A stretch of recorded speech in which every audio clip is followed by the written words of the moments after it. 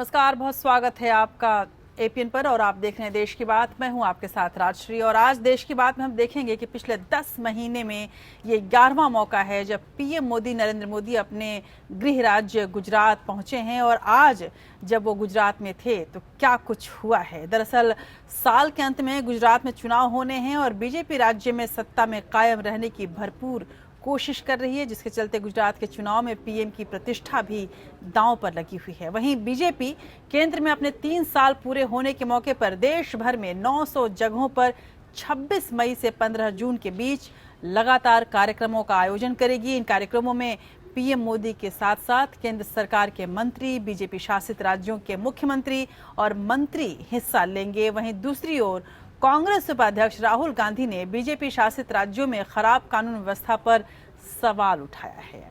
लेकिन हम आपको बताएंगे कि राहुल क्या ऐसा केवल खबरों में बने रहने के लिए ऐसा कर रहे हैं या कुछ इसके पीछे राजनीति भी है। वैसे देखा जाए तो कहीं न कहीं आज की राजनीति में अपनी प्रासंगिकता खोते जा रहे हैं। ऐसे में राहुल के बयानों को भी हम तौलने की कोशिश करेंगे कि चुपचाप रहते हैं और अचानक बोल पड़ते हैं, आखिर इससे फर्क कितना पड़ता है ये भी हम आपको बताएंगे कि आखिर क्यों यूपी की योगी सरकार को 85 योजनाओं में अल्पसंख्यकों के लिए निर्धारित कोटा खत्म करने की अटकलों पर सफाई देनी पड़ी। ये भी दिखाएंगे कि अभिनेता और बीजेपी सांसद शत्रुघ्न सिन्हा ने बिहार के पार्टी नेता सुशील मोदी को क्यों खामोश रहने की सलाह दी है और बीजेपी के एक और सांसद परेश रावल ने कितना असंवेदनशील ट्वीट किया है ये भी हम आपको बताएंगे, वो भी महिलाओं के खिलाफ। कश्मीर में फिर सामने आया है अलगाववाद का बदसूरत चेहरा। इस बदसूरती को आपके सामने रखेंगे और सरकार से गुहार भी लगाएंगे कि जल्द से जल्द इस पर रोक लगाई जाए। और वित्त मंत्री अरुण जेटली ने अरविंद केजरीवाल के खिलाफ क्यों दायर किया है एक और मानहानि का मुकदमा, ये भी हम आपको बताएंगे। और अमेरिकी राष्ट्रपति ने भारत को बताया है आतंकवाद से पीड़ित और पाकिस्तान सहित 50 इस्लामिक देशों के नेताओं को आतंकवाद से लड़ने की सलाह दी है। ये सब कुछ कितना भारत के हक में है ये समझाने की कोशिश करेंगे। साथ ही हम बात इतिहास की करेंगे और फिल्मी दुनिया से याद करेंगे कि ऐसे निर्माता निर्देशक को जिसने न जाने कितनी कामयाब फिल्में हमारे सामने रखी और न केवल फिल्में बल्कि कई ऐसे सीरियल्स भी उन्होंने हमारे लिए लिखा बनाया जो आज भी हमारे जहन में ताज़ा है। तो उन्हें भी याद करेंगे। जी हाँ, मैं बात कर रही हूँ वेद राही की, उन्हें भी हम याद करेंगे। लेकिन चलिए शुरू करते हैं देश की बात के इस सफर को।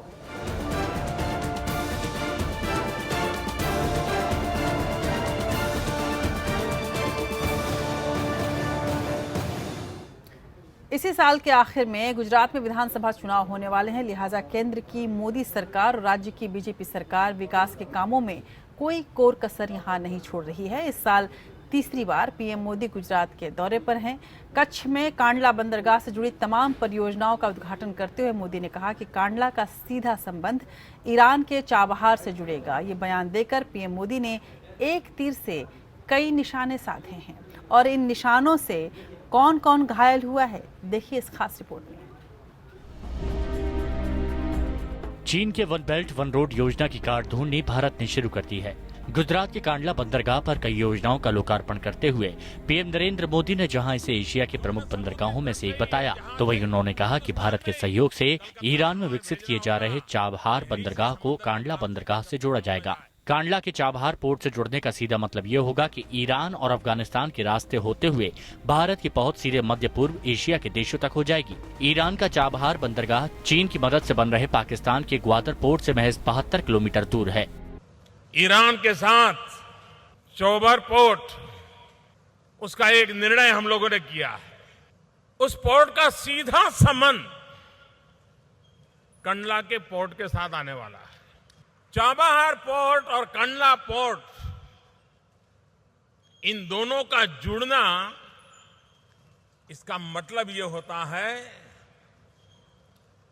कि विश्व व्यापार में अंगद की तरह कंडला अपना पैर जमाएगा। इतना बड़ा परिवर्तन आने वाला है। कांडला की तारीफ करते हुए पीएम मोदी ने कहा कि कांडला पोर्ट ने एशिया में अपनी ताकत का एहसास कराया है और ये विश्व व्यापार में अंगद की तरह अपने पैर जमा रहा है। 5000 साल पुरानी मानव संस्कृति के सबूत कच्छ के पास क्या कुछ नहीं है। न सिर्फ हिंदुस्तान को, दुनिया को देने की ताकत इस धरती में है और दुनिया को मैग्नेट की तरह आकर्षित करने का सामर्थ्य इस धरती में है। प्रधानमंत्री नरेंद्र मोदी के इस दौरे को साल की आखिर में होने वाले गुजरात विधानसभा चुनाव से भी जोड़कर देखा जा रहा है। पीएम मोदी का गुजरात में ये इस साल का तीसरा दौरा है। इससे पहले 7 अप्रैल और 8 मार्च को भी मोदी गुजरात दौरे पर थे। पाटीदार आंदोलन की आज के बीच उन्होंने सूरत में बहुत बड़ा रोड शो भी किया था। Bureau report, APN। उधर प्रधानमंत्री मोदी 23 मई को गांधीनगर में अफ्रीकी विकास बैंक की सालाना बैठक में शामिल होंगे। इस बैठक में 80 देशों के प्रतिनिधियों के शामिल होने की उम्मीद की जा रही है। मोदी इन लोगों से मुलाकात भी करने वाले हैं और ये माना जा रहा है कि इससे गुजरात और भारत दोनों को ही विशेष फायदा होगा। उधर मोदी सरकार के 3 साल की उपलब्धियां देश को बताने के लिए बीजेपी ने जबरदस्त तैयारी की है। पार्टी के 450 से ज्यादा नेता 26 मई से 15 जून तक देश के 900 जगहों का दौरा करेंगे। खुद प्रधानमंत्री मोदी 26 मई को गुवाहाटी में रैली को संबोधित करेंगे और यहीं से ये विजय रथ शुरू होगा। पार्टी अध्यक्ष अमित शाह त्रिवेंद्रम और गंगटोक के कार्यक्रमों में शामिल होंगे। सरकार के सभी मंत्री अपने अपने मंत्रालयों का कामकाज का पूरा लेखा जोखा देने के साथ ही मोदी सरकार की महत्वपूर्ण और महत्वाकांक्षी योजनाओं को भी जनता के सामने प्रमुखता से रखेंगे। पीएम मोदी के मन की बात की तर्ज पर ही जन की बात के जरिए जनता से सीधा संवाद किया जाएगा और इसमें मोदी सरकार की उपलब्धियों और योजनाओं के बारे में चर्चा की जाएगी। देश की जनता से सरकार को लेकर उनकी राय भी पूछी जाएगी और इस तरह से स्मृति ईरानी ने ये सारी घोषणाएं की हैं और ये कहा है कि वो जनता से सीधा संवाद करके आने वाले दिनों की चुनौतियों को भी समझने की कोशिश की जाएगी।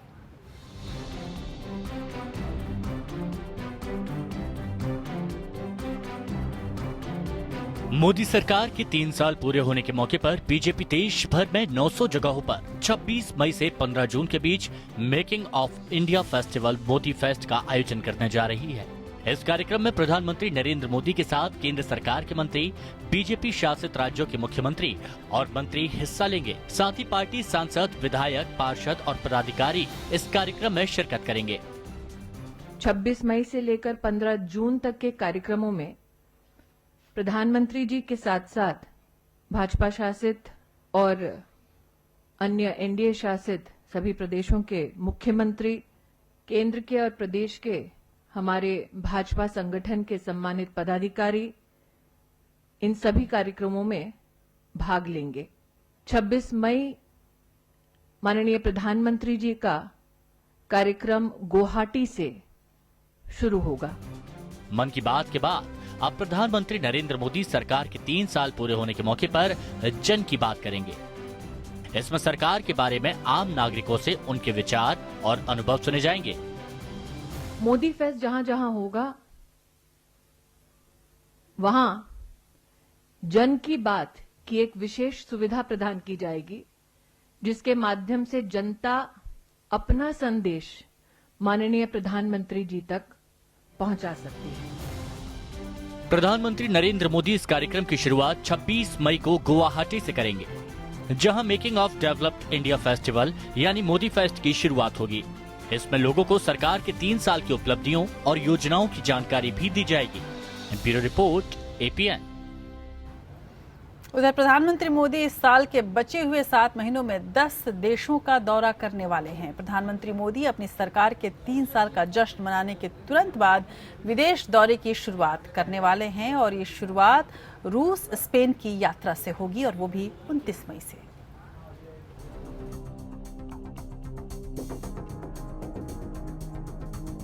सरकार के 3 साल पूरे होने का जश्न मनाने के तुरंत बाद प्रधानमंत्री नरेंद्र मोदी विदेशी दौरे पर रवाना होंगे। 29 मई से उनके विदेश दौरों की शुरुआत होगी। इस यात्रा में मोदी स्पेन, जर्मनी और रूस जाएंगे। प्रधानमंत्री सबसे पहले रूस के सेंट पीटर्सबर्ग में 1 से 3 जून तक होने वाले अंतर्राष्ट्रीय आर्थिक मंच की बैठक में हिस्सा लेंगे। इसके बाद वो शंघाई सहयोग संगठन के शिखर सम्मेलन में भाग लेने के लिए 7 और 8 जून को कजाकिस्तान में होंगे। रूस और कजाकिस्तान के बाद पीएम मोदी जुलाई के पहले सप्ताह में इजराइल के दौरे पर जाएंगे। 90 के दशक में इजराइल से द्विपक्षीय संबंध स्थापित करने के बाद से भारत के किसी भी प्रधानमंत्री का ये पहला इजराइल दौरा होगा। इजराइल की राजधानी तेल अवीव में मोदी भारतीय मूल के लोगों को भी संबोधित करेंगे। खबरों के मुताबिक भारतीय मूल के लोग मोदी के सम्मान में स्वागत समारोह भी आयोजित कर सकते हैं। इजराइल के बाद प्रधानमंत्री मोदी 7 और 8 जुलाई को G20 शिखर सम्मेलन में भाग लेने जर्मनी जाएंगे। जर्मनी के बाद उनका स्पेन जाने का कार्यक्रम है। सितंबर में प्रधानमंत्री मोदी चीन जाएंगे, जहां वो 3 से 5 सितंबर तक होने जा रहे 9वें ब्रिक्स शिखर सम्मेलन में हिस्सा लेंगे। 27 सितंबर को मोदी संयुक्त राष्ट्र महासभा में भाग लेने अमेरिका जाएंगे। अमेरिका के बाद प्रधानमंत्री कनाडा का दौरा करेंगे। 13 से 14 नवंबर को ईस्ट एशिया समिट में भाग लेने मोदी फिलीपींस की राजधानी मनीला जाएंगे। Bureau report, APN। और अब बात करते हैं हम राहुल गांधी की। एक तरफ प्रधानमंत्री मोदी जितना व्यस्त चल रहे हैं और जिस तरह से 3 साल पूरे होने के उपलक्ष्य में वो और उनका पूरा दल, उनके तमाम सांसद, उनके तमाम मंत्री और तमाम बीजेपी के मुख्यमंत्री इस जश्न में शामिल होने के कार्यक्रम और योजनाएं बना रहे हैं, वहीं पर एक नेता ऐसे हैं और वो भी कांग्रेस के, जो अपनी प्रासंगिकता को लेकर ही अब सवालों के घेरे में आ गए हैं। जी हां, मैं बात कर रही हूं कांग्रेस उपाध्यक्ष राहुल गांधी की, जिन्होंने केंद्र सरकार के 3 साल पूरे होने के मौके पर बीजेपी पर हमला बोला है। उन्होंने ट्वीट करके कहा है कि पिछले 3 साल में बीजेपी शासित राज्यों में अराजकता की स्थिति पैदा हो गई है। राहुल गांधी ने इस पर प्रधानमंत्री से जवाब भी मांगा है, लेकिन सवाल यह है कि आज के दौर में एक सशक्त विपक्ष की सबसे बड़ी जरूरत है और ऐसे में विपक्ष की सबसे बड़ी पार्टी कांग्रेस के भावी अध्यक्ष और वर्तमान उपाध्यक्ष राहुल गांधी क्या राजनीति में अपनी प्रासंगिकता खोते जा रहे हैं? क्यों उनकी बातों को कोई गंभीरता से अब नहीं लेता? देखते हैं एक रिपोर्ट। पॉलिटिक्स दिनों दिन पार्टी दफ्तरों और कंप्यूटरों पर सिमटती जा रही है। चुनाव से पहले राहुल मौके बेमौके रोड शो भी कर लेते थे, लेकिन अब वो ट्वीट से काम चला रहे हैं। इतनी पॉलिटिक्स रॉबर्ट वाड्रा भी कर लेते हैं। गाहे बगाहे वो भी मोदी सरकार पर अपनी राय जाहिर करते रहते हैं।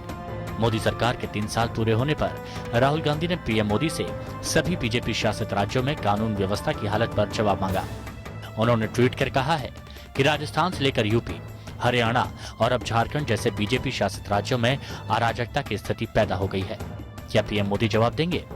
राहुल गांधी के बयान की टीका करने के लिए कांग्रेस के प्रवक्ता भी कूद पड़े। उन्होंने राहुल जी के सार गर्भित बयान की विषय व्याख्या कर डाली। राजनीतिक जीवन में लोग काम करते हैं और एकाएक इस तरह की घटना हो जाती है तो जितने भी लोग हैं उनके साथ काम करने वाले, उनके समय के, वो मर्माहत होते हैं और हम सब मर्माहत हैं। राहुल गांधी ने अपने ट्वीट के साथ झारखंड की वो खबर भी शेयर की है जिसके मुताबिक एक युवक अपनी जान बचाने के लिए भीड़ से गुहार लगा रहा है। राहुल गांधी ने इससे पहले 16 मई को भी मोदी सरकार के 3 साल के कामकाज पर सवाल उठाए थे। राहुल ने मोदी सरकार को जनता के साथ विश्वासघात करने वाली सरकार बताया था। सवाल ये नहीं है कि राहुल गांधी का सवाल क्या था, सवाल ये है कि उनका पूछना क्या सरदार है। क्या सरकार उनकी बात का जवाब देना जरूरी समझती है?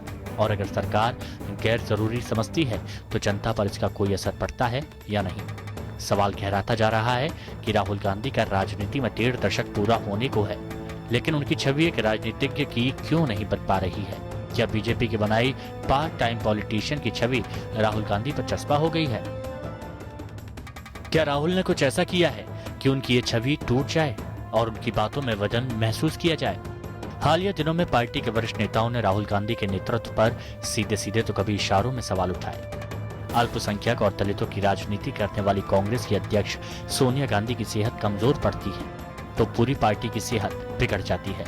सहारनपुर कांड के बाद वहां की जनता राहुल गांधी का इंतजार कर रही है। राहुल जी ने यहीं बैठे बैठे वहां की रिपोर्ट मांग ली। इमरान मसूद ने भी शब्बीरपुर जाए बगैर रिपोर्ट सौंप दी है। इंटरनेट, व्हाट्सएप और ट्विटर के जमाने में ऑनलाइन पॉलिटिक्स से राहुल गांधी की छवि कितनी बदल पाएगी ये कहना मुश्किल है। राहुल गांधी को एक अनिच्छुक राजनीतिज्ञ कहा जाता है। देश की जनता को कब किस संकट में छोड़कर विदेश छुट्टी मनाने चले जाएं, कहा नहीं जा सकता। गोवा की सरकार इसी मस्ती भरे अंदाज की वजह से हाथ से फिसल गई। जवाब न मिलने पर दिग्विजय सिंह भी गोवा में छुट्टी मनाने लगे। इस पर उनकी प्रभारी पद से छुट्टी हो गई। यूपी उत्तराखंड की हार पर राहुल जी के चेहरे पर शिकन तक नजर नहीं आई। जगत गति ना जानने के यही फायदे हैं। लेकिन देश को एक ऐसा नेता की जरूरत है जो 12 महीने 300 दिन और 24 घंटे उनके साथ खड़ा नजर आए। लेकिन कांग्रेस समय चक्र में भरोसा करती है। उसे लगता है कि समय घूमकर वापस आएगा और कांग्रेस के भाग्य से सत्ता का छींका टूट जाएगा। लेकिन साम दाम दंडभेद के साथ चल रही बीजेपी का कांग्रेस मुक्त भारत का ध्यान कांग्रेस पार्टी पर भारी पड़ सकता है। पूंजीवादी लोकतंत्र में पार्टी और लीडर की ब्रांडिंग लगातार करते रहना जरूरी है। इसी वजह से कांग्रेस के 70 साल के शासन पर बीजेपी लगातार हावी होती नजर आ रही है। अंशुमन त्रिपाठी, APN। राजनीति के लिए बेहद जरूरी होता है कि कोई भी प्रतिक्रिया तुरंत दी जाए और प्रत्युत्पन्न मति जरूर हो, लेकिन राहुल गांधी को इस मामले में बेहद कमजोर समझा जाता रहा है। यदि राहुल गांधी अपनी इस कमी को दूर कर लें तो शायद बहुत हद तक वो आगे बढ़ते हुए दिख सकते हैं। लेकिन अब आगे बढ़ते हैं और हम बात करते हैं उत्तर प्रदेश की। उत्तर प्रदेश में सभी योजनाओं से अल्पसंख्यक कोटे को खत्म करने की अटकलों के बीच योगी सरकार ने सफाई दी है कि पूर्व की SP के समय लागू किया गया ये कोटा खत्म नहीं होगा और आगे भी जारी रहेगा। यूपी सरकार की योजनाओं में अल्पसंख्यकों को कोटा देने की शुरुआत पूर्व मुख्यमंत्री अखिलेश यादव ने 2012 में की थी, जिसके तहत विशेष निर्देश जारी करके प्रदेश सरकार की 85 योजनाओं में अल्पसंख्यकों के लिए 20% कोटा निर्धारित किया गया था। जिन 85 योजनाओं में अल्पसंख्यकों को कोटे का लाभ दिया जा रहा है, उनमें सबसे ज्यादा योजनाएं समाज कल्याण और ग्राम विकास विभाग की हैं। अखिलेश सरकार ने यह फैसला नेशनल सैंपल सर्वे के रिपोर्ट के आधार पर लिया था। सर्वे के रिपोर्ट में धार्मिक समूहों में रोजगार और बेरोजगारी की स्थिति को आधार बनाया गया था। यूपी में बीजेपी सरकार आने के बाद समाजवादी सरकार की कई योजनाओं को खत्म किया जा चुका है। योगी सरकार अखिलेश यादव के फोटो वाले राशन कार्ड बंद कर चुकी है। साथ ही समाजवादी पेंशन योजना पर रोक के साथ पोषण मिशन कमेटी भी भंग कर दी गई है। इसके अलावा जिन योजनाओं पर समाजवादी शब्द था उसे भी हटा दिया गया और माना यह भी जा रहा था कि मौजूदा सरकार इस अल्पसंख्यक कोटे को भी खत्म कर देगी, लेकिन सरकार ने ऐसे किसी कदम से अभी फिलहाल इनकार कर दिया है। उधर अब हम बात करेंगे सुनिए सरकार की, जहां अल्पसंख्यकों के मामले में योगी सरकार के फैसलों को लेकर सवाल उठ रहे हैं। तो योगी सरकार ने इस बात का खंडन कर दिया है कि वो राज्य की कल्याणकारी योजनाओं से अल्पसंख्यकों का कोटा समाप्त नहीं करेगी। लेकिन कई और भी ऐसे फैसले हैं जिनकी वजह से योगी सरकार की सबका साथ सबका विकास करने वाली छवि को धक्का जरूर पहुंच रहा है।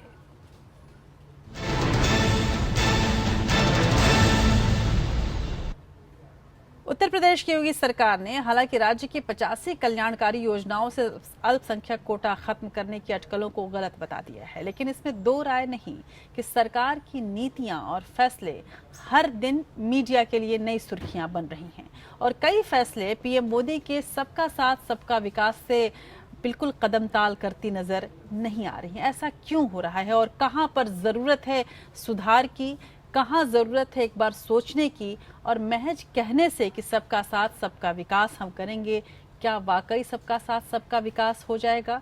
क्या जरूरी नहीं कि इसके लिए कम से कम सामाजिक विकास करते हुए हम दिखें और सामाजिक सौहार्द का वातावरण पैदा करें? देखिए इस बार का सुनिए सरकार।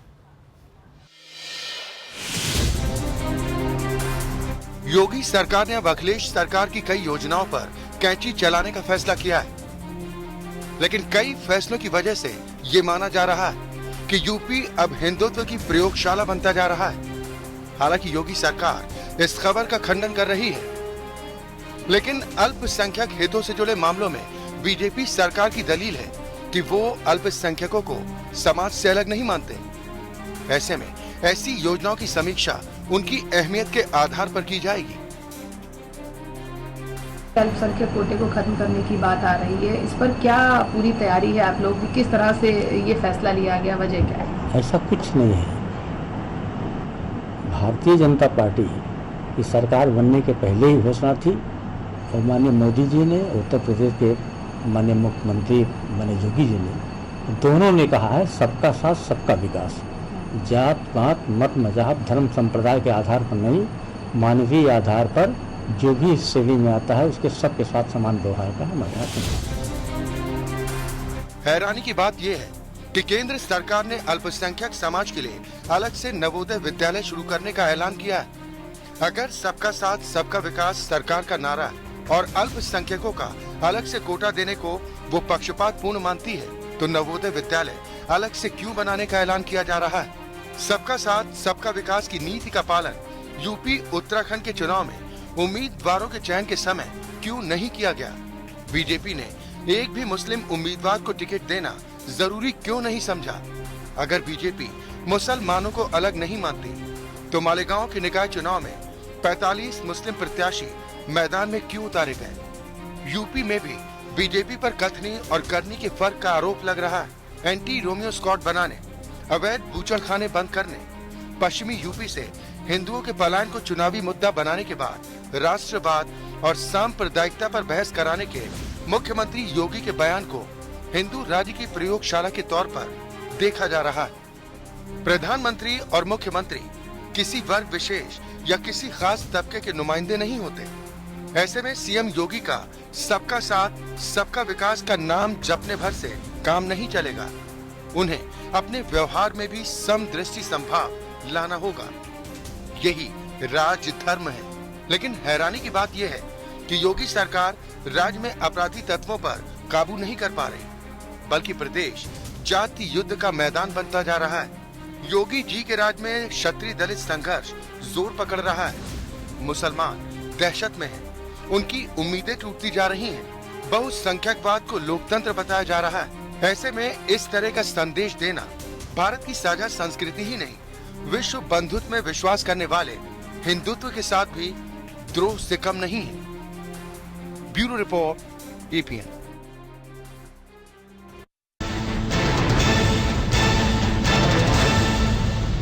उधर बीजेपी के एक और सांसद परेश रावल अपनी असंवेदनशीलता और उससे भरे ट्वीट के चलते सुर्खियों में है। परेश रावल के लेखिका अरुंधति राय को लेकर किए गए ट्वीट से महिलाओं के सम्मान का दावा करने वाली बीजेपी खुद को जरूर अलग रखना चाहेगी। परेश रावल ने महिला सम्मान के खिलाफ क्या कुछ बोला है, ये खबर आप देखिए और इस पर जरूर सोचने की जरूरत है बीजेपी को कहीं ना कहीं कि यदि वो विरोध की राजनीति करना चाहती है और या फिर राष्ट्र प्रेम की राजनीति करना चाहती है, तो अपनी सीमाओं को भी ध्यान में जरूर रखे, कम से कम महिलाओं के प्रति।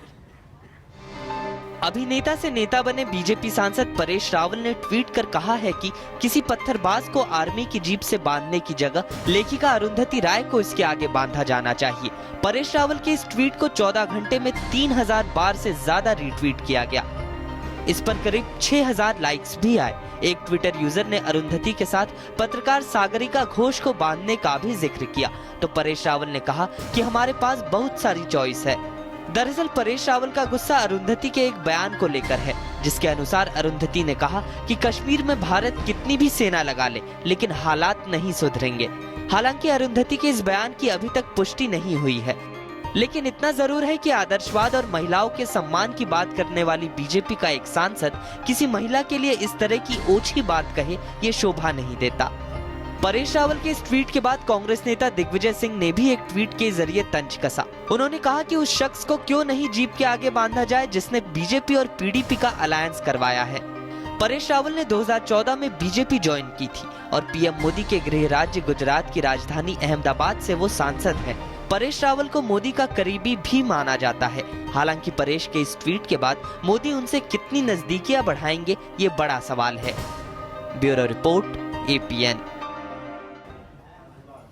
और ये स्पष्ट है कि राष्ट्र से ऊपर कुछ भी नहीं होता और इस बात की ताकीद हर भारतीय करता है, लेकिन महिलाओं का सम्मान करना ये हमारी परंपरा है और हमारे प्रजातंत्र की ये सबसे बड़ी ताकत है, जहां हम हर तरह की आवाज़ों को प्रश्रय देते हैं और उन्हें समझाने की कोशिश करते हैं, उन्हें समझने की कोशिश करते हैं। ऐसे में यदि हम इतने असंवेदनशील हो जाएं, तो जाहिर सी बात है कि हम उन सवालों पर कैसे उंगलियां उठाएंगे जिन्हें लेकर हम अक्सर घेरे जाते हैं। यानी कि किसी भी महिला के साथ जब कोई अपमानजनक कांड होता है और हम उनको उठाते हैं, ऐसे में यदि हमारे तमाम सांसद इस तरह की भाषा बोलेंगे तो जाहिर सी बात है कि उन घटनाओं पर भी हमें चुप्पी साधना पड़ेगा।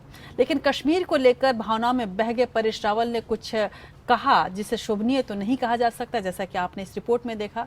वहीं कश्मीर के पुलवामा में जो राष्ट्र विरोधी दृश्य देखने को मिले, उसे बिल्कुल बर्दाश्त नहीं किया जा सकता और हम उसकी घोर निंदा भी करते हैं और सरकार से ये अपील भी करते हैं कि ऐसी तस्वीरों पर रोक लगाना ही होगा, ऐसी घटनाओं पर रोक लगाना ही होगा।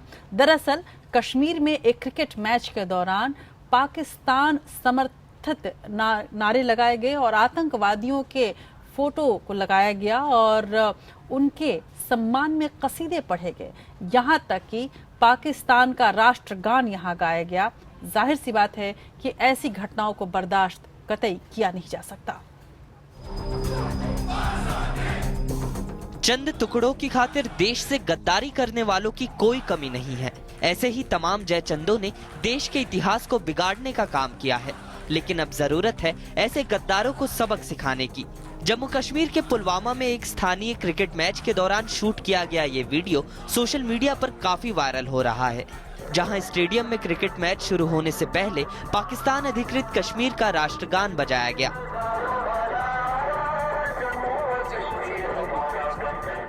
इससे वहां के नौजवानों का जो माइंडसेट है और किस हद तक वो रेडिकलाइज हो चुके हैं, इस बात को दर्शाता है।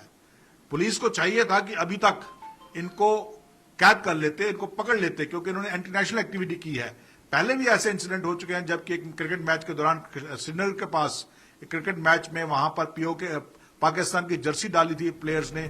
रविवार को पुलवामा के एक स्टेडियम में पुलवामा हंटर और पंपोरा 11 टीम के बीच क्रिकेट मैच खेला गया, जहां स्टेडियम में पाकिस्तान के कब्जे वाले कश्मीर के राष्ट्रगान के साथ साथ भारत विरोधी नारे भी गूंजे।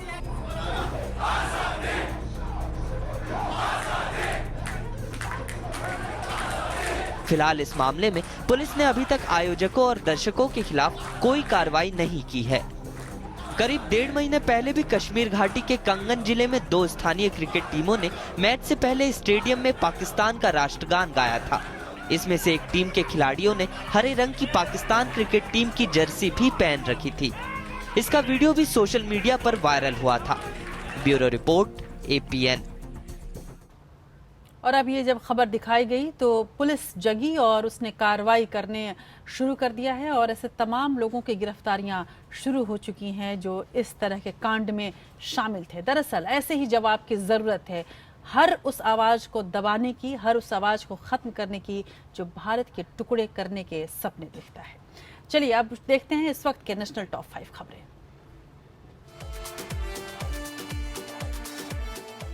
कांग्रेस नेता जगदीश टाइटलर ने 1984 के सिख विरोधी दंगों से जुड़े एक मामले में पॉलीग्राफ टेस्ट कराने के लिए सहमति देने से आज इनकार कर दिया। इस मामले में सीबीआई ने उन्हें 3 मौकों पर क्लीन चिट दी थी। अतिरिक्त मुख्य मेट्रोपॉलिटन मजिस्ट्रेट शिवाली शर्मा के समक्ष दायर हलफनामे में टाइटलर ने कहा कि वो ये परीक्षण नहीं कराना चाहते। IAS अधिकारी अनुराग तिवारी की रहस्यमय परिस्थितियों में हुई मौत मामले में लखनऊ के हजरतगंज पुलिस स्टेशन में हत्या का मामला दर्ज हुआ। यूपी सरकार ने इस मामले को जांच के लिए सीबीआई के सुपुर्द करने का फैसला किया है। तिवारी के भाई मयंक तिवारी की तहरीर पर पुलिस ने अज्ञात लोगों के खिलाफ इंडियन पेनल कोड के सेक्शन 302 के तहत केस दर्ज किया है। स्वराज इंडिया के संस्थापक और आम आदमी पार्टी के पूर्व सदस्य योगेंद्र यादव ने कपिल मिश्रा को नसीहत दी है। योगेंद्र यादव ने सोमवार को ट्वीट करते हुए खुला खत लिखा है। अपने इस ट्वीट में योगेंद्र यादव ने मिश्रा को 2 सलाह दी है। पहली तो ये कि केजरीवाल के खिलाफ एक साथ सारे खुलासे करें। दूसरी नसीहत देते हुए योगेंद्र यादव ने लिखा कि केजरीवाल के खिलाफ रोज रोज प्रेस कॉन्फ्रेंस करना उन्हें बंद कर देना चाहिए। दिल्ली पुलिस ने समीक्षा के बाद 13 लोगों की सुरक्षा वापस ले ली है। इन सभी लोगों को X और Y कैटेगरी की सुरक्षा दी गई थी, जिनकी सुरक्षा हटाई गई है। उनमें पहला नाम आम आदमी पार्टी के मंत्री इमरान हुसैन का है। इसके अलावा कांग्रेस प्रवक्ता राशिद अल्वी, बीजेपी सांसद रमेश कौशिक के अलावा दिल्ली के 2 प्रमुख सचिव PK त्रिपाठी और KK शर्मा भी शामिल हैं।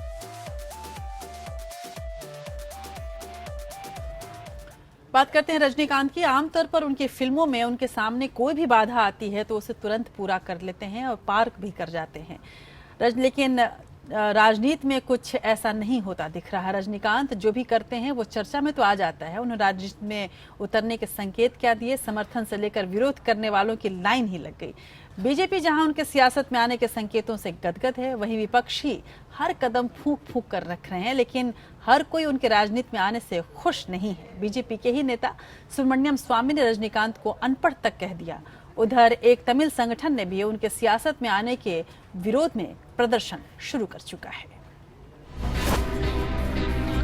साउथ के सुपरस्टार रजनीकांत के बीजेपी में शामिल होने की चर्चाओं को बीजेपी अध्यक्ष अमित शाह ने हवा दी है, तो वहीं पार्टी के वरिष्ठ नेता सुब्रमण्यम स्वामी इन अटकलों की हवा निकालने में जुटे हैं। पिछले कुछ दिनों से रजनीकांत के राजनीति में आने की अटकलें लगाई जा रही है। खुद रजनीकांत ने तमिलनाडु की राजनीति में आने के संकेत दिए। माना जा रहा है कि वो जल्द ही इसे लेकर प्रधानमंत्री नरेंद्र मोदी से मिल सकते हैं। बीजेपी अध्यक्ष अमित शाह ने कहा कि बीजेपी रजनीकांत का स्वागत करती है, लेकिन राजनीति में आने को लेकर फैसला सुपरस्टार को लेना होगा। रजनीकांत के आने को लेकर अमित शाह के बयान से पार्टी नेता सुब्रमण्यम स्वामी खुश नजर नहीं आए। उन्होंने रजनीकांत के राजनीति में आने को महामूर्खतापूर्ण कदम बताया। इतना ही नहीं, स्वामी ने उन्हें अनपढ़ भी कहा। उन्होंने कहा कि भारत और पाकिस्तान का संविधान सामने रखने पर रजनीकांत दोनों में अंतर भी नहीं बता पाएंगे। स्वामी ने एक ट्वीट के जरिए रजनीकांत पर निशाना साधा। उन्होंने लिखा, ज्यादातर तमिल लोग चुपचाप उनके विचार का समर्थन कर रहे हैं, क्योंकि अब लोग तमिलनाडु की राजनीति सिनेमा सितारों को पैराशूट से आने की इजाजत नहीं देना चाहते। रजनीकांत के राजनीति में उतरने को लेकर भले ही संदेह हो, लेकिन सियासत में आने से पहले ही उनके खिलाफ सियासत शुरू हो गई है। तमिल मुन्नेत्र पदई नाम के एक संगठन ने पोएस गार्डन स्थित उनके आवास के पास प्रदर्शन किया, जिसके बाद उनके घर की सुरक्षा बढ़ा दी गई। संगठन का कहना है कि तमिलनाडु से बाहर का व्यक्ति यहां राज नहीं कर सकता। दरअसल मराठी परिवार से ताल्लुक रखने वाला रजनीकांत का परिवार बेंगलुरु में बस गया था और उसके बाद उन्होंने तमिलनाडु का रुख किया। Bureau report, APN। उधर पश्चिम बंगाल में ममता बनर्जी सरकार के किसान विरोधी नीतियों और रोजगार न दे पाने के खिलाफ वाम दलों ने विरोध प्रदर्शन किया। सचिवालय के बाहर हुए इस प्रदर्शन को रोकने के लिए भारी संख्या में पुलिस बल की तैनाती की गई थी। प्रदर्शन कर रहे वामपंथी कार्यकर्ताओं और पुलिस के बीच लगातार झड़पें भी हुई।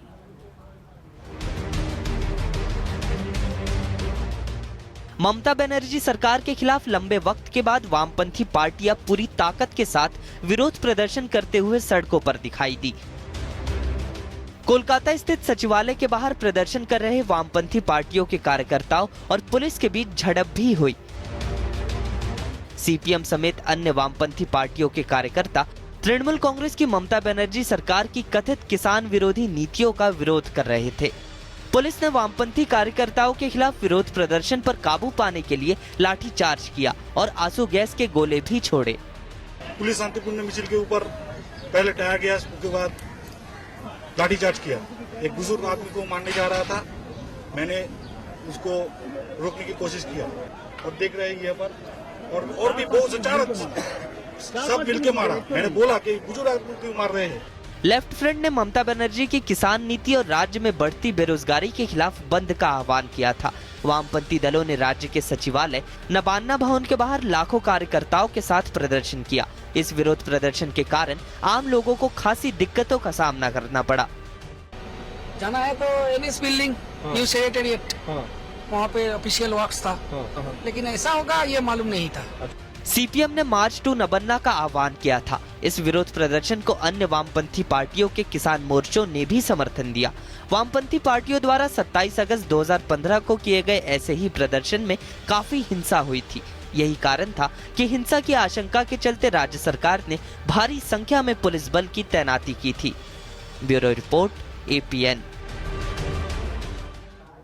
और एक बड़ी खबर और दिखाते हैं आपको, और वो भी अफसरशाही से जुड़ी हुई। प्रधानमंत्री नरेंद्र मोदी ने नौकरशाहों को देश के विकास की रीढ़ करार दिया था। उन्होंने कहा था कि जैसे इंसान के शरीर में मौजूद नसों का जाल हर हिस्से तक खून पहुंचाती है, ठीक वैसे ही नौकरशाह सरकार की योजनाओं को हर शहर हर गांव तक पहुंचाने का काम करते हैं। पीएम मोदी ने IAS अधिकारियों की ईमानदारी से काम करने की नसीहत दी थी और उनसे उनकी संपत्ति का ब्यौरा देने को कहा था। लेकिन बावजूद पीएम की अपील के अब तक 1800 से भी ज्यादा अधिकारी ऐसे हैं जिन्होंने अपनी चल अचल संपत्ति का ब्यौरा सरकार को देना ठीक नहीं समझा है। और इसमें से भी सबसे ज्यादा अधिकारी ऐसे हैं जो यूपी के हैं, जिन्होंने अपनी चल अचल संपत्ति का ब्यौरा सरकार को नहीं दिया है। आज से 1 महीने पहले सिविल सर्विस डे पर प्रधानमंत्री नरेंद्र मोदी ने देश के IAS अफसरों को ईमानदारी का मंत्र भले ही दिया हो, लेकिन कार्मिक और प्रशिक्षण विभाग के ताज़ा आंकड़ों की माने तो केंद्र सरकार के निर्देशों के बावजूद 1800 से ज्यादा IAS अधिकारियों ने अपनी अचल संपत्ति का ब्यौरा नहीं दिया है। केंद्र ने इस साल जनवरी के अंत तक भारतीय प्रशासनिक सेवा के सभी अधिकारियों को अपनी अचल संपत्ति का ब्यौरा देने को कहा था। देश के 1856 भारतीय प्रशासनिक सेवा अफसर साल 2016 में निर्धारित समय सीमा के भीतर सरकार को अपनी अचल संपत्ति का विवरण जमा कराने में असफल रहे हैं। इन अफसरों में यूपी कैडर के IAS अफसर सबसे आगे हैं। जानकारी न देने वाले अधिकारियों में सबसे ज्यादा 255 IAS उत्तर प्रदेश कैडर के हैं। दूसरे नंबर पर 153 अधिकारी राजस्थान कैडर के, जबकि तीसरे नंबर पर मध्य प्रदेश के 118 IAS हैं, जिन्होंने अपनी अचल संपत्तियों की जानकारी विभाग को नहीं दी है। पश्चिम बंगाल के 109 और अरुणाचल, गोवा, मिजोरम केंद्र शासित प्रदेश कैडर के 104 IAS अधिकारियों ने अपनी अचल संपत्ति के बारे में कोई जानकारी नहीं दी है। इसके अलावा गुजरात कैडर के 56 IAS, झारखंड के 55, तमिलनाडु के 50, नागालैंड के 43, सिक्किम के 29 और नवगठित राज्य तेलंगाना के 26 अधिकारियों ने इस बारे में सरकार को कोई ब्यौरा नहीं दिया है। कर्नाटक कैडर के 82, आंध्र प्रदेश के 81, बिहार के 74, ओडिशा, असम और मेघालय के 72, महाराष्ट्र के 67, मणिपुर, त्रिपुरा कैडर के 64 IAS ऐसे रहे हैं जिन्होंने अपनी अचल संपत्ति का ब्यौरा केंद्र सरकार को देना जरूरी नहीं समझा है। नियमों के मुताबिक सिविल सेवा के अधिकारियों को भी अपनी संपत्तियों और कर्ज का ब्यौरा सरकार के समक्ष पेश करना होता है। इतना ही नहीं, केंद्र सरकार की इजाजत के बिना ये अधिकारी 5,000 रुपए से अधिक का कोई तोहफा तक नहीं ले सकते। यहाँ तक कि अपने नाते रिश्तेदारों या मित्रों की ओर से 25,000 रुपए से अधिक का कोई तोहफा यदि इन्हें मिलता है तो सरकार को इस बारे में जानकारी देनी होती है। खैर, अब आंकड़े सबके सामने हैं। ऐसे में ये देखना होगा कि केंद्र और राज्य सरकार इन अधिकारियों पर क्या कार्रवाई करती है। Bureau report, APN। उधर देश के वित्त मंत्री अरुण जेटली ने दिल्ली के मुख्यमंत्री अरविंद केजरीवाल पर 10 करोड़ रुपए का मानहानि का एक और मुकदमा ठोक दिया है। अरुण जेटली ने ये मुकदमा केजरीवाल के वकील राम जेठमलानी की जिरह के दौरान इस्तेमाल किए गए एक अपशब्द की वजह से किया है। दिल्ली हाई कोर्ट में अरुण जेटली ने अरविंद केजरीवाल समेत आम आदमी पार्टी के 5 नेताओं के खिलाफ मानहानि का मामला दायर किया है। राम जेठमलानी ने अपने मुवक्किल अरविंद केजरीवाल की मुश्किलें एक बार फिर खड़ी कर दी हैं। अब दिल्ली के मुख्यमंत्री अरविंद केजरीवाल को 10-10 करोड़ के मानहानि के 2 मुकदमे झेलने होंगे। पिछली सुनवाई में अरुण जेटली के खिलाफ आपत्तिजनक शब्द का इस्तेमाल किए जाने पर यह मुकदमा दर्ज किया गया है। ये आपत्तिजनक शब्द केजरीवाल के वकील राम जेठमलानी ने इस्तेमाल किए थे। ये मुकदमा सिर्फ अरविंद केजरीवाल के खिलाफ दायर किया गया है। So we filed a fresh case today because there are fresh allegations which have been made by Mr. Jethmalani on specific instructions of Mr. Kejriwal, which are part of the judicial record now. So it's a fresh cause of action for which a fresh civil suit for damages of rupees 10 crores has been filed by Mr. Jethmalani.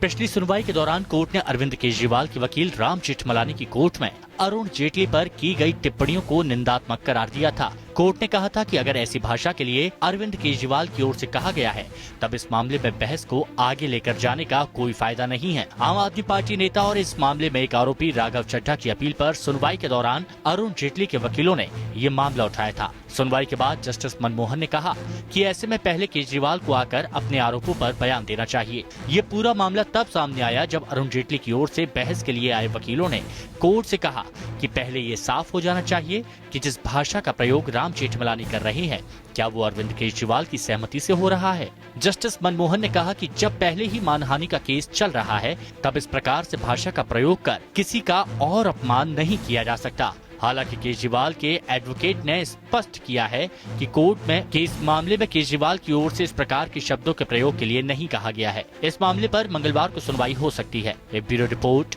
APN।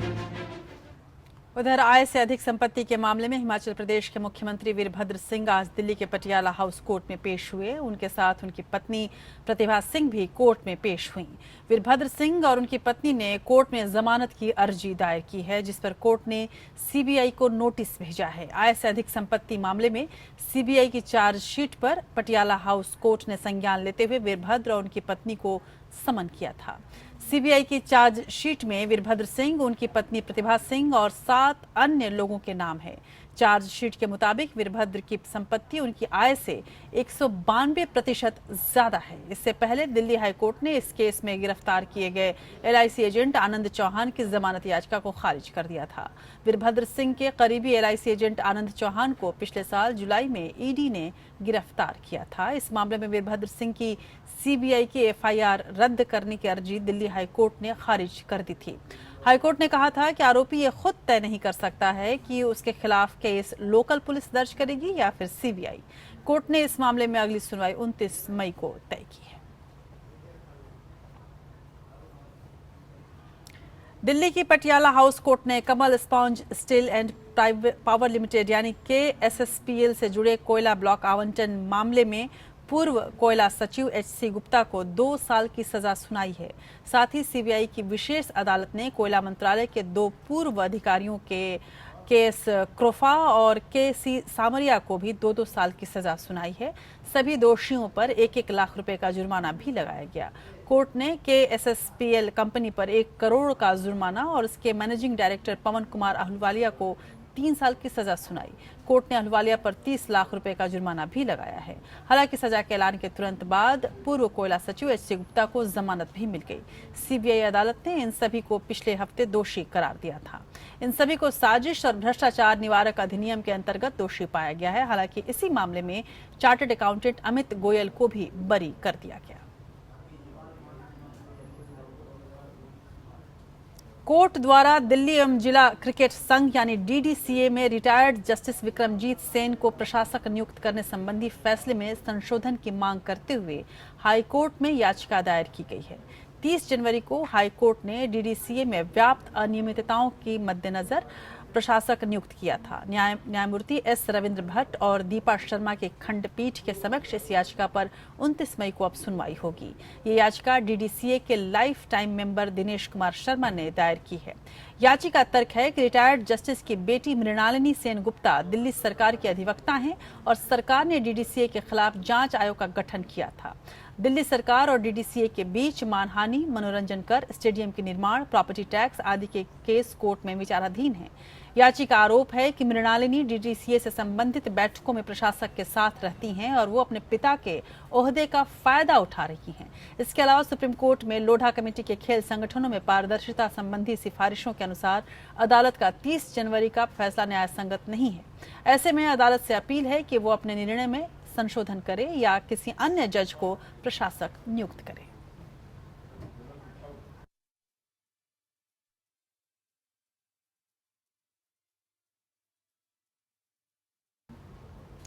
विदेश नीति और द्विपक्षीय संबंध कब नए आयाम ले लें कहना मुश्किल होता है।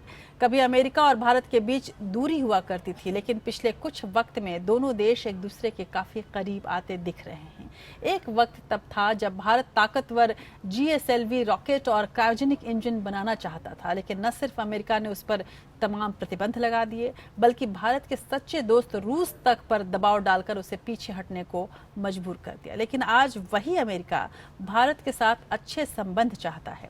अमेरिकी अंतरिक्ष एजेंसी नासा ने भारतीय अंतरिक्ष एजेंसी इसरो के साथ मिलकर विश्व का सबसे महंगा अर्थ इमेजिंग कृत्रिम उपग्रह बनाने का करार कर लिया है। जिस अमेरिका ने कभी भारत की राह रोकी थी, जिस अमेरिका ने भारत पर तमाम प्रतिबंध लगाए थे, आज वही अमेरिका भारत की हर मदद को तैयार है। 1992 में अमेरिका के राष्ट्रपति जॉर्ज बुश ने भारतीय स्पेस रिसर्च ऑर्गेनाइजेशन इसरो पर प्रतिबंध लगा दिया था। अमेरिका ने रूस पर दबाव बनाकर उसे इसरो के साथ क्रायोजेनिक इंजन तकनीक साझा करने से भी रोक दिया था। उसकी सभी कोशिशों का मकसद भारत को मिसाइल विकसित करने की तकनीक हासिल करने से रोकना था। लेकिन तमाम प्रतिबंधों और मुश्किलों के बाद भी इसरो ने न सिर्फ GSLV को बनाने में कामयाबी हासिल की, बल्कि इसमें लगने वाले क्रायोजेनिक इंजन को ही भारत में विकसित किया। अब करीब 2 दशक के बाद अमेरिकी अंतरिक्ष एजेंसी नासा ने इसरो के साथ मिलकर विश्व का सबसे महंगा अर्थ इमेजिंग कृत्रिम उपग्रह बनाने का करार किया है। इस सैटेलाइट को बनाने में दोनों देशों को करीब 96 अरब से ज्यादा की राशि खर्च करनी होगी। संयोग यह है कि 2021 में जो GSLV नासा और इसरो द्वारा साथ मिलकर विकसित किए गए synthetic aperture radar NISAR satellite को पृथ्वी की कक्षा में स्थापित करेगा, वो वही रॉकेट है जिसे बनाने से रोकने के लिए अमेरिका ने एड़ी चोटी का जोर लगा दिया था। जिन तकनीक को बनाने से रोकने के लिए अमेरिका ने भारत पर प्रतिबंध तक लगाया, उसी क्रायोजेनिक इंजन वाले GSLV को इस महत्वाकांक्षी प्रोजेक्ट में इतनी बड़ी जिम्मेदारी निभाने के लिए चुना गया है। Bureau report, APN। उधर अमेरिकी राष्ट्रपति डोनाल्ड ट्रंप ने कहा है कि भारत, रूस और अमेरिका सभी आतंकवाद से पीड़ित देश हैं। 50 देशों के इस्लामिक नेताओं को संबोधित करते हुए ट्रंप ने उनसे कहा कि वो अपने देश की धरती पर आतंकवाद को पनपने नहीं दें। आमतौर पर तीखी भाषा के लिए जाने जाने वाले ट्रंप अपने संबोधन के दौरान बेहद संयमित दिखे। ट्रंप मुस्लिम देशों के साथ अपने रिश्तों को फिर से परिभाषित करने की कोशिश कर रहे हैं और शायद यही वजह रही कि ट्रंप ने अपने भाषण में एक बार भी कट्टरपंथी इस्लामी आतंकवाद जैसे वाक्य का इस्तेमाल नहीं किया। अमेरिकी राष्ट्रपति डोनाल्ड ट्रंप ने माना कि भारत आतंकवाद से पीड़ित देश है। सऊदी अरब के रियाद में इस्लामिक देशों के नेताओं को संबोधित करते हुए ट्रंप ने उनसे आतंकवाद के खिलाफ लड़ने का आह्वान किया। ट्रंप ने 50 इस्लामिक देशों के नेताओं को संबोधित करते हुए कहा कि वो अपनी धरती पर आतंकवाद को न पनपने दे। इस दौरान वहां पाकिस्तान के प्रधानमंत्री नवाज शरीफ भी मौजूद थे। ट्रंप ने कहा कि आतंकवाद पूरी दुनिया में पनप रहा है। आतंकवाद से दुनिया भर के देश पीड़ित है। उन्होंने कहा कि कुछ देश आतंकवाद को बढ़ाने में मदद कर रहे हैं। उन्होंने कहा कि मध्य पूर्वी एशिया के कई देशों में पांव पसार चुके कट्टरपंथी विचारधारा से लड़ने के लिए अमेरिका पश्चिम एशियाई देशों के साथ सहयोग करना चाहता है। उन्होंने कहा कि अमेरिका से लेकर भारत और ऑस्ट्रेलिया से लेकर रूस तक सभी देश आतंकवाद की पीड़ा झेल रहे हैं और बार बार हो रहे आतंकवादी हमलों से त्रस्त हैं। ट्रंप ने कहा कि सभी देशों को साथ मिलकर इस्लामिक स्टेट यानी ISIS के खिलाफ लड़ना होगा और उसे हराना होगा। दरअसल ISIS का खात्मा करना ट्रंप के सबसे अहम चुनावी वादों में से एक है। इस मौके पर ट्रंप ने कहा कि भारत ने आतंकवाद के कारण काफी कुछ सहा है। ट्रंप ने भारत को आतंकवाद से पीड़ित बताया। चुनाव जीतने से पहले भले ही ट्रंप ने मुस्लिम विरोधी टिप्पणियां की हो, लेकिन उनका रियाद का भाषण काफी कुछ अलग था। उन्होंने कहा कि यह अलग अलग धर्मों, विश्वासों, संप्रदायों, नस्लों और सभ्यताओं के बीच की लड़ाई नहीं है। यह लड़ाई तो उन बर्बर अपराधियों और हत्यारों के खिलाफ है जो कि इंसानी जिंदगी को खत्म करना चाहते हैं। यह लड़ाई उनके खिलाफ है जो कि इंसानों की हिफाजत के लिए आगे आने वाले अलग अलग धर्मों के अच्छे लोगों को खत्म करना चाहते हैं। ट्रंप ने कहा कि मुस्लिम नेताओं और राष्ट्र अध्यक्षों को कट्टरपंथ से मुकाबला करने और उसे हराने के लिए प्रयास करने होंगे। 20 जनवरी को राष्ट्रपति पदभार संभालने के बाद ट्रंप पहली बार विदेशी दौरे पर निकले हैं। सऊदी के बाद वह इजराइल और इटली भी जाएंगे। Bureau report, APN। और अब बात करते हैं आज के इतिहास की।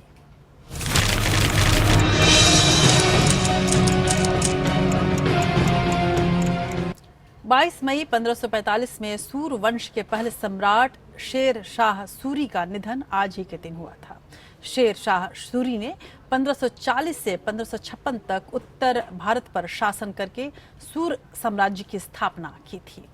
और 22 मई 1772 में सामाजिक धार्मिक सुधारकों में से एक राजा राम मोहन राय का जन्म आज ही के दिन हुआ था। इन्होंने ब्रह्म समाज आंदोलन की शुरुआत की और बाल विवाह और सती प्रथा जैसी कुरीतियों के खिलाफ आवाज उठाई थी।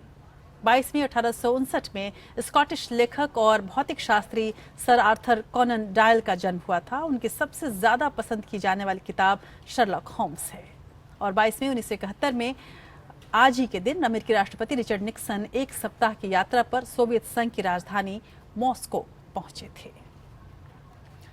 और आज हिंदी के साथ साथ डोगरी के साहित्यकार, फिल्म निर्देशक और पटकथा लेखक के रूप में मशहूर वेद राही का जन्मदिन है। वेद राही ने स्वतंत्रता सेनानी और क्रांतिकारी विनायक दामोदर सावरकर के जीवन पर आधारित फिल्म वीर सावरकर बनाई थी। राही ने दरार, कालीघटा, पवित्र पापी, पहचान, कठपुतली समेत दर्जनों भर फिल्में लिखी हैं और उनका लेखन निर्देशन किया है। वेद राही के निर्देशन में बनी दूरदर्शन धारावाहिक गुल गुलशन गुलफाम को खूब सराहा गया था, जो कश्मीर के पृष्ठभूमि पर लिखा और बुना गया था। इसके अलावा उनके सीरियल कथा सागर, मीराबाई, रिश्ते और चित्र कथाएं भी खूब लोकप्रिय रही हैं। हिंदी में उनके 3 कथा संग्रह और 2 उपन्यासों के अलावा डोगरी में 3 कथा संग्रह, 6 उपन्यास, 1 कविता संग्रह, 1 नाटक, 1 निबंध तमाम प्रकाशित हो चुके हैं। वेद राही को उनके साहित्यिक योगदान के लिए महापंडित राहुल सांकृत्यायन पुरस्कार से सम्मानित किया गया है। और वेद राही की खासियत ये थी कि उनकी भाषा ऐसी थी जो बिल्कुल दिल में उतर जाती थी और उनकी जो पटकथा होती थी वो एक ऐसी रचना रची जाती थी, एक ऐसा संसार हमारे सामने गढ़ देती थी जो हमेशा वास्तविक लगती थी। तो वेद राही की कुछ खूबसूरत रचनाओं के साथ आज आपको छोड़ जाते हैं। देश की बात में बस इतना ही। नमस्कार।